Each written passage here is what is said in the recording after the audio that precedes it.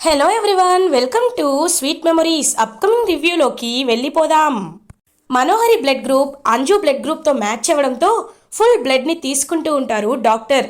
అదంతా చూస్తున్న అరుంధతి చాలా హ్యాపీగా ఫీల్ అవుతుంది. ఇంకా వెంటనే చిత్రగుప్త దగ్గరికి వచ్చి, గుప్తా గారు, ఇప్పుడు నాకు చాలా సంతోషంగా ఉంది. అంజు ప్రాణానికి ఎలాంటి ప్రమాదం లేదు. ఇప్పుడు మనసంతా తృప్తిగా ఉంది అని అంటుంది అరుంధతి. బాలిక, నీ మనసు తృప్తిగా ఉన్నది కాబట్టి ఇప్పుడు మనం యమపురికి బయలుదేరవలను బాలిక అని అంటారు చిత్రగుప్త. ఒక్కసారిగా షాక్ అయిపోతుంది అరుంధతి. గుప్త గారు, ఏం మాట్లాడుతున్నారు మీరు? నేను మీతో పాటు రావడం ఏంటి? నేను నా కుటుంబంతో గడపాలి. నా నా ఫ్యామిలీ నాకు కావాలి. వాళ్ళ అల్లరిని చూస్తూ, వాళ్ళ ప్రేమానురాగాల్ని చూస్తూ ఇక్కడే గడపాలి. నేను రాలేను అని అంటుంది అరుంధతి. చూడు బాలిక, నీవిప్పుడు వెళ్తున్నది పునర్జన్మ కోసం. నీవు మళ్ళీ మరలా నీ సహోదరి భాగమతి కడుపున పుత్రికగా జన్మించెదవు బాలిక. నీ పతిదేవుడు నీ సోదరులకి ఒక పుత్రిక కలుగును. ఆ పుత్రిక ఎవరో కాదు, నీవే బాలిక. నీవు తన పుత్రికగా జన్మించి చాలా దుష్ట సంహారాన్ని చేసి నీ కుటుంబానికి అండగా రక్షగా నిలిచెదవు బాలిక. అది మాత్రమే కాదు, నీవు ఎన్నో పుణ్యములు చేశావు కాబట్టి నీవు ఎప్పుడైతే నీ సహోదరి కడుపున పెరగడం మొదలవుతావో నీకు కొన్ని దివ్య శక్తులు రావడం కూడా మొదలవుతాయి బాలిక. నీకు పరమ పవిత్రమైన జన్మ రావడానికి ఆసన్నమైంది కాబట్టే ఇప్పుడు మనం యమపురికి బయలుదేరాలి. నీవు ఎంత ఆలస్యము చేయుచున్నచో నీకు అంత ప్రమాదము జరుగును. రా బాలిక, వెళ్దాం అని అంటారు చిత్రగుప్త. గుప్తా గారు, మీరు ఇదంతా చెప్తుంటే నాకు చాలా చాలా సంతోషంగా ఉంది. ఇది కళ నిజమా అనిపిస్తుంది. గుప్తా గారు, మీరు నన్ను తీసుకువెళ్ళడానికి ఏమీ ట్రిక్స్ ప్లే చేయటం లేదు కదా అని అంటుంది. బాలిక, నీవు నా చేతికి రక్షాబంధనమును కట్టావు అంటే నేను నీ సోదరుని అని నువ్వు అనుకుంటున్నావు. సోదరుడు ఎప్పుడైనా అబద్ధం చెప్పేదడా? నేను అబద్ధము చెప్పుటలేదు. మా యమధర్మరాజు వారు చెప్పినదే నేను నీకు చెప్తున్నాను. రమ్ము బాలిక అని అంటారు. ఒక్క నిమిషం, బాగిని చూసొస్తాను అని పాపం అలా బాగి వైపు ప్రేమగా చూస్తుంది అరుంధతి. బాగి వైపు చూస్తూ, బాగి, ఏమీ చెప్పకుండా వెళ్ళిపోతున్నాను. అనుకోని అతిథిగా నీ జీవితంలోకి వచ్చాను. కానీ ఖచ్చితంగా నీ పేగు బంధంగా, నీ కన్న కూతురిగా తిరిగి మళ్ళీ నీ ఒడిలోకే వస్తాను. నిన్ను అమ్మ అని పిలుస్తాను. నీతో ఆడుకుంటాను. నేను నా జన్మలో తీర్చుకోలేని కోరికలన్నీ నీతో తీర్చుకుంటాను. వెళ్ళొస్తాను బాగి అని పాపం బాగి వైపు చూస్తూ అలా ఇంకా యమపురికి బయలుదేరి వెళ్ళిపోతారు అరుంధతి అండ్ చిత్రగుప్త. ఇది ఇలా ఉండగా అమర్ నిమజ్జనంలో పిల్లల కోసం వెతుక్కుంటూ వెళ్తాడు. సో హీఈస్ బీన్ లెఫ్టినెంట్ కాబట్టి పిల్లల్ని ఎక్కడున్నారో ఈజీగా ట్రేస్ చేయగలడు అమర్. ఇంకా పిల్లలు అప్పుడే ఖైరతాబాద్ వినాయకుడికి మనస్ఫూర్తిగా నమస్కారం పెట్టుకుంటారు. వినాయక, మా అంజు క్షేమంగా బయటపడాలి, మళ్ళీ తిరిగి మాతో ఆడుకోవాలి, అల్లరి చేయాలి అని పాపం మనస్ఫూర్తిగా నిష్కల్మషంగా కోరుకుంటారు అమ్ము, ఆనంద్, ఆకాష్. ఇంకలా అప్పుడే అమర్, పిల్లలు ఏంటిది చెప్పకుండా వచ్చేయడమేనా అని అంటారు. డాడ్, అంటే ఈ దేవుడికి మనం మొక్కుకుంటే దేవుడు కోరిక తీరుస్తాడంట కదా డాడ్, అందుకే వచ్చాం డాడ్ అని అంటుంది అమ్ము. ఎవరు ఎవరు మీకు చెప్పింది అని అడుగుతారు. మనోహరి ఆంటీ డాడ్ అని అంటుంది అమ్ము. ఒక్కసారిగా ఆలోచనలో పడతాడు అమర్. ఏంటి, మనోహరి పిల్లల్ని ఇక్కడికి వెళ్ళమని చెప్పిందా? ఏంటిదంతా, ఇదంతా కాస్త ఆలోచించే విధంగా ఉంది అని ఆలోచనలో పడతాడు అమర్. ఇంకప్పుడే రణ్వీర్ పంపిన రౌడీలు పిల్లలపై అటాక్ చేయాలని చూస్తే అమర్ వాళ్ళని పట్టుకొని బాగా కొట్టి ఇంకలా పిల్లల్ని కాపాడుకొని ఇంటికి తీసుకువెళ్తాడు అమరేంద్ర. ఇది ఇలా ఉండగా అంజుకి సర్జరీ అయిపోవడంతో, సర్జరీ సక్సెస్ అవ్వడంతో బాగి చాలా హ్యాపీగా ఫీల్ అవుతుంది. పాపను డిశ్చార్జ్ చేసి ఇంటికి తీసుకువెళ్ళాలని డిసైడ్ అవుతారు అమర్ అండ్ ఫ్యామిలీ. అప్పుడే కరెక్ట్గా అరుంధతి బాగి కోసం ఎదురు చూస్తూ ఉంటుంది. అక్క, ఏంటక్క, అంజుని చూడండి రండి అని అంటుంది. లేదు బాగి, నాకు పిలుపు వచ్చింది అని అంటుంది. పిలుపా? ఏం మాట్లాడుతున్నారక్క అని అంటుంది. అదే బాగి, అంటే మా ఆయన కాల్ చేశారు. నేను రేపటి నుండి మీ ఇంటి పక్కన ఉండను బాగి, నేను యుఎస్ వెళ్తున్నాను అని అంటుంది. ఒక్కసారిగా బాగి షాక్ అయిపోతుంది. అక్క, మీరు యుఎస్ వెళ్ళిపోతే మరి నాకు ఎవరక్క తోడుగా ఉంటారు? మీతో ఏది పంచుకున్నా మనసంతా చాలా తేలిగ్గా అనిపిస్తుంది. అలాంటిది మీరు వెళ్ళిపోతానంటే బాధగా ఉందక్క అని అంటుంది బాగి. చూడు బాగి, ఏ జన్మబంధమో తెలీదు, కానీ మనిద్దరం అక్క చెల్లెలమయ్యాం. ఈ బంధం ఇలాగే కొత్త రూపాన్ని దాల్చి మళ్ళీ సరికొత్తగా నీ ముందుకి తీసుకురావాలనే నేనిప్పుడు వెళ్తున్నాను. నీ పాపగా, నీ ఒళ్ళో బుజ్జి పాపగా మళ్ళీ నీ ముందుకి వస్తాను అని మనసులో అనుకుంటుంది అరుంధతి. అక్క, ఏంటక్క ఏం మాట్లాడట్లేదు అని అడుగుతుంది. నాకు వెళ్ళడం ఇష్టం లేదు బాగి, కానీ కొద్ది రోజులు ఉండి రావాలంటే వెళ్ళాలి కదా. ఒకవేళ మా ఆయనకి జాబ్ అక్కడ పర్మనెంట్ అయితే వెళ్ళిపోవాల్సిందే తప్పదు. అందుకే వెళ్తున్నాను. బాగి, నీకు ఒకటి ఇవ్వాలి అని అంటుంది అరుంధతి. ఏంటక్క అని అడుగుతుంది.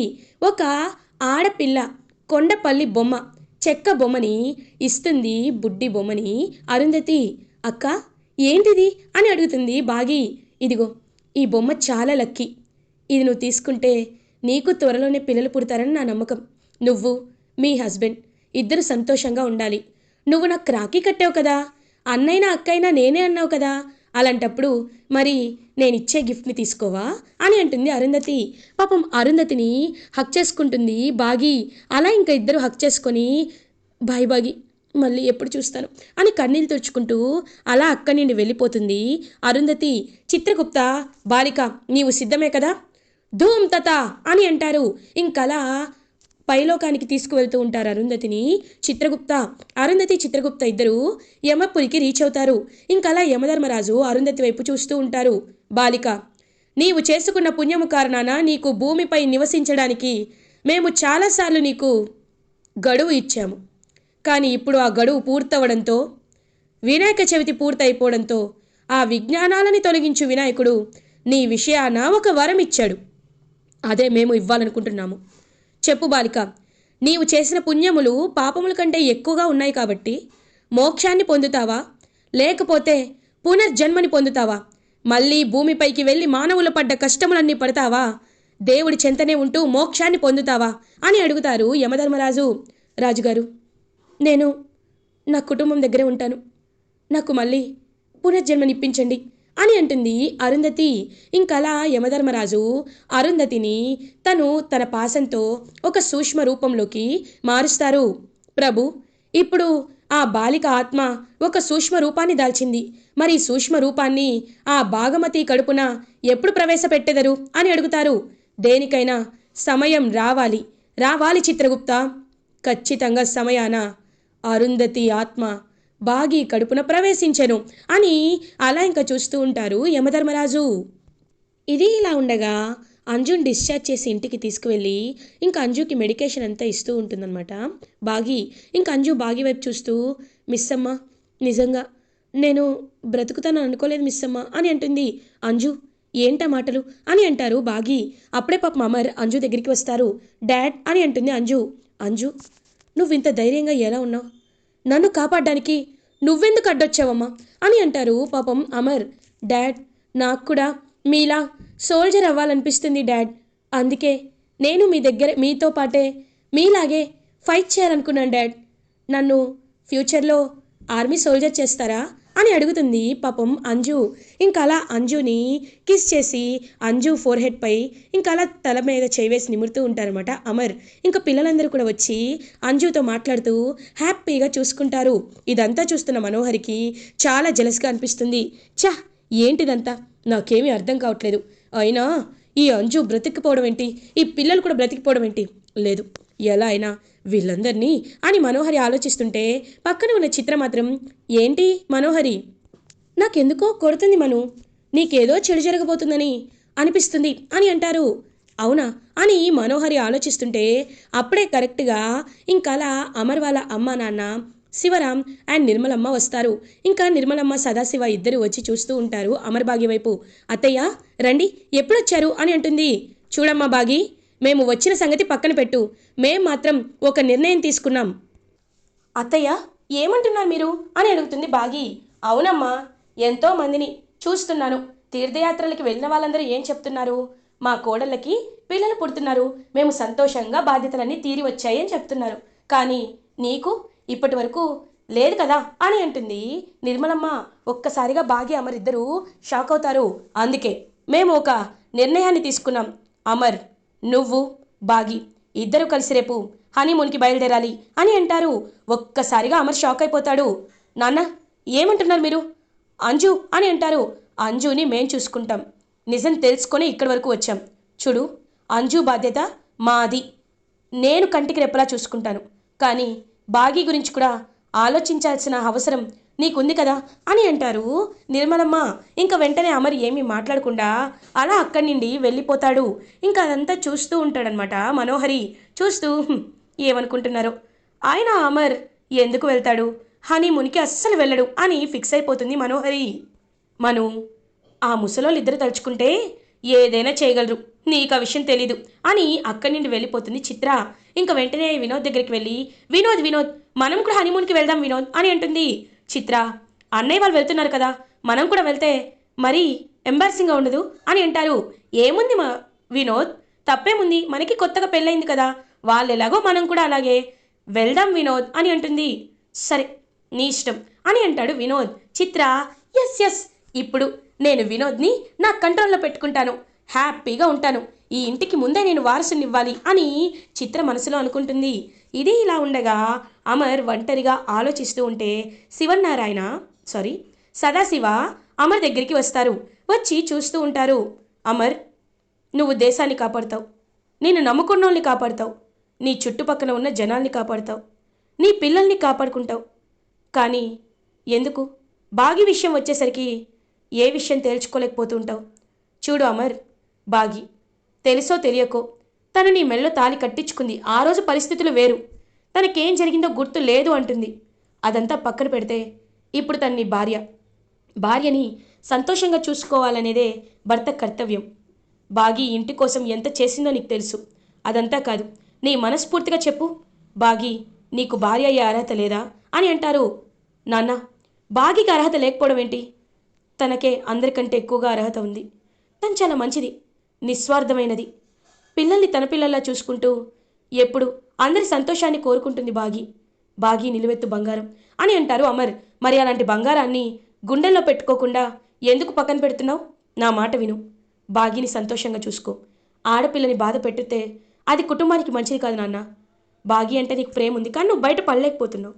ఇప్పుడు మీ ఇద్దరి మధ్యలో ఉన్న దూరం తగ్గాలంటే హనీమూన్కి బయలుదేరు. నాన్నగా ఇది నా మాట అని అంటారు. సరే, బాగిని తీసుకువెళ్తాను అని అంటాడు అమర్. ఇంకా హ్యాపీగా ఫీల్ అవుతారు శివన్నారాయణ. ఇంకా అలా బాగి కూడా ఎంతో హ్యాపీగా ఫీల్ అవుతుంది. ఇంకా అలా అమర్, బాగి, ఇటువైపు చిత్ర అండ్ వినోద్ నలుగురు కలిసి హనీమూన్కి వెళ్ళడానికి అన్ని ఏర్పాట్లు చేసుకుంటారు. ఇదంతా పైనుండి సూక్ష్మ రూపంలో చూస్తున్న అరుంధతి చూసి చాలా హ్యాపీగా ఫీల్ అవుతుంది. ఇది ఇలా ఉండగా మార్నింగ్ అవుతుంది. అమర్, బాగి, చిత్ర, వినోద్ నలుగురు కలిసి హనీమూన్కి వెళ్ళడానికి ఎయిర్పోర్ట్కి బయలుదేరుతారు. సదాశివ, నిర్మలమ్మ చాలా హ్యాపీగా సెండ్ ఆఫ్ ఇస్తూ ఉంటారు. అలా ఇంకా బాగి, అమర్ స్విట్జర్లాండ్కి రీచ్ అవుతారు. ఏవండి, ఈ ప్లేస్ చాలా బాగుంది అని అంటుంది బాగి, ఇక్కడ చూడ్డానికి చాలా సైట్ సీయింగ్స్ కూడా ఉంటాయి, కాబట్టి ప్లాన్ చేసుకొని వెళ్దాం అని అంటారు అమర్. ఇంకా చిత్ర అమర్ బాగిని చూసి చాలా జెలస్గా ఫీల్ అవుతుంది. వీళ్ళిద్దరి మధ్యలో ఎలా అయినా నేను గొడవ పెట్టాల్సిందే అని గట్టిగా ఫిక్స్ అవుతుంది చిత్ర. ఇంకా అలా రెస్టారెంట్కి వెళ్తారు. కాస్త టైం స్పెండ్ చేసి అమర్ అండ్ బాగి అదే రెస్టారెంట్కి చిత్ర అండ్ వినోద్ కూడా వస్తారు. వెయిటర్ అని ఒక జ్యూస్ తెప్పిస్తుంది చిత్ర. ఏంటి చిత్ర, ఏం చేస్తున్నావు అని అడుగుతారు వినోద్. చూడు వినోద్, ఒకసారి సిరప్ చూడు, దీన్ని జ్యూస్లో కలిపితే ఎవరి మనసులో ఏముందో అంతా బయటికి వస్తుంది. బాగి గురించి తెలిసిందే కదా, లోపలొకటి బయటొకటి, పిల్లలపై ఫ్యామిలీపై ప్రేమున్నట్టు నటిస్తూ ఉంటుంది, కానీ లోపల చాలా విషం ఉంటుంది. అందుకే బాగి మనసులో మాటలు అమర్ బావకి తెలిసేలా బయటకి రావాలనే ఇలా చేస్తున్నాను అని అంటారు చిత్ర. అయినా వాళ్ళ గురించి మనకెందుకు, ఇప్పుడు ఆవిడతో ఇంత రివెంజ్ అవసరమా అని అంటాడు వినోద్.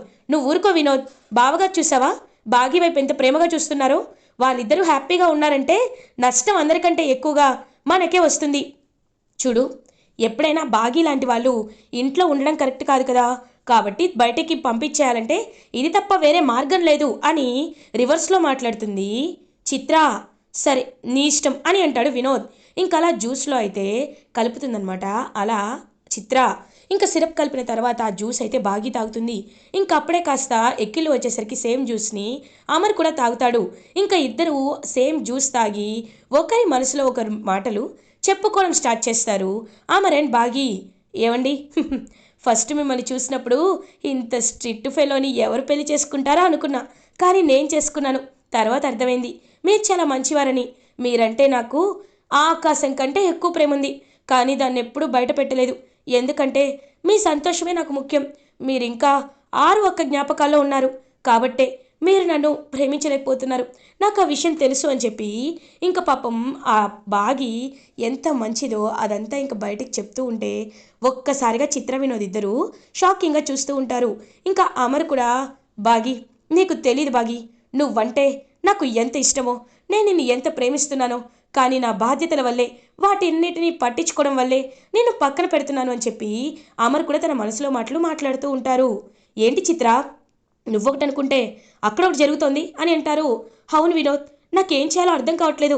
ఛ, ఇదేంటిది అని ఇంకా ఇరిటేటింగ్గా ఫీల్ అయ్యి అనవసరంగా సిరప్ కలిపినట్టున్నాను. అయినా బాగి మనస్తత్వం తెలుసుకొని కూడా ఆ సిరప్ కలపడం నాది తప్పు, ఛ అని ఇరిటేటింగ్గా ఫీల్ అవుతుంది చిత్ర. ఇంకా మనం ఎవరి గురించి ఆలోచించకూడదు బాగి, ఆలోచించకూడదు. నువ్వంటే నాకు చాలా ఇష్టం అని చెప్పి ఇంకలా బాగి అమరైతే ఒకరిని ఒకరు హక్ చేసుకొని ఇంకా హ్యాపీగా వాళ్ళ టైంని స్పెండ్ చేస్తారు. ఇది ఇలా ఉండగా నెక్స్ట్ డే మార్నింగ్ అవుతుంది. ఇంకలా అమర్ బాగి అయితే ఒకరిని ఒకరు చూస్తూ ఇంకా వెంటనే బాగి అయితే బయటికి వచ్చేస్తుంది. సో అలా అరుంధతి ఇదంతా పైనుండి గమనిస్తూ చాలా హ్యాపీగా ఫీల్ అవుతుంది. గుప్తా గారు, నేను అనుకున్నది జరుగుతుంది, నాకు చాలా సంతోషంగా ఉంది అని అంటుంది. బాలిక, నీవు మోక్ష మార్గాన్ని కాకుండా ఈ మార్గాన్ని ఎంచుకున్నందుకు నీకు దేవుడు న్యాయమే చేస్తాడు బాలిక అని అంటారు చిత్రగుప్త. ఇంకలా అందరూ హనీమూన్ తర్వాత రిటర్న్ అయిపోతారు ఇంటికి. అలా కొన్ని డేస్ అండ్ మంత్స్ అయితే పాస్ అవుతాయి. ఇంకా అప్పుడే కరెక్ట్గా బాగీకి ఒకరోజు వర్క్ చేసుకుంటుంటే స్పృహ కోల్పోయి పడిపోతుంది. వెంటనే నిర్మలమ్మ, బాగి ఏమైందమ్మా అని చెప్పి వచ్చి చూస్తారు. బాగి అని అంటాడు అమర్. డాక్టర్ ఇంటికి వస్తారు. బాగిని చెక్ చేసి కంగ్రాచులేషన్స్, షీఈస్ ప్రెగ్నెంట్ అని అంటారు డాక్టర్. ఒక్కసారిగా అమర్ షాక్ అయిపోతారు. ఇంకా ఫ్యామిలీ మెంబర్స్ అందరూ చాలా అంటే చాలా హ్యాపీగా ఫీల్ అవుతారు. ఇంకా వెంటనే యమధర్మరాజు అరుంధతిని సూక్ష్మ రూపంలోకి మార్చి ఇంకా అలా బాగి కడుపులోకి అరుంధతి జీవాన్ని ప్రవేశింపజేస్తారు. అలా ఇంకా అరుంధతి తన కడుపులోకి ప్రవేశిస్తుంది. ఏంటి ఇదంతా చీకటిగా ఉంది, నాకేమీ అర్థం కావట్లేదు అని చుట్టూ చూస్తూ ఉంటుంది ఇంకా కడుపులో ఉన్న అరుంధతి. బాగి అలా ఇంకా అమర్ వైపు చూస్తూ చాలా హ్యాపీగా ఫీల్ అవుతుంది. అమర్ ఇంకా బాగీకి ఇష్టమైనవన్నీ తీసుకొస్తూ బాగీని పువ్వుల్లో పెట్టి చూసుకుంటాడు. ఇటువైపు మనోహరి బాగీ ప్రెగ్నెంట్ అని తెలిసి, ఛ బాగీ, నేను ఏదైతే జరగకూడదు అనుకున్నానో అదే జరిగింది. ఇప్పుడు అమర్ నిన్ను విడిచిపెట్టడు, కానీ నేను ఊరుకుంటానా? అస్సలు ఊరుకోను. ఎలా అయినా నువ్వు ప్రెగ్నెంట్గా ఉన్నా సరే నీ కడుపులో ఉన్న బిడ్డని పైకి పంపించేస్తా, నిన్ను కూడా పైకి పంపించేస్తా, నా పొగ తీరదు అని ఇంకా అలా బాగీని ఎలా అయినా చంపేయాలి అనే ఒక ప్లాన్లో ఉంటుంది మనోహరి. ఇటువైపు అమర్ మాత్రం కంటికి రెప్పలా బాగీని చూసుకుంటూ ఉంటాడు. బాగీ చాలా హ్యాపీగా ఫీల్ అవుతుంది. ఇలా ఎపిసోడ్ ఎండ్ అవుతుంది. ఫర్దర్ ఎపిసోడ్ రివ్యూస్ ముందుగా మీకు కావాలి అనుకుంటే మా ఛానల్ని సబ్స్క్రైబ్ చేసుకోండి. Thanks for watching.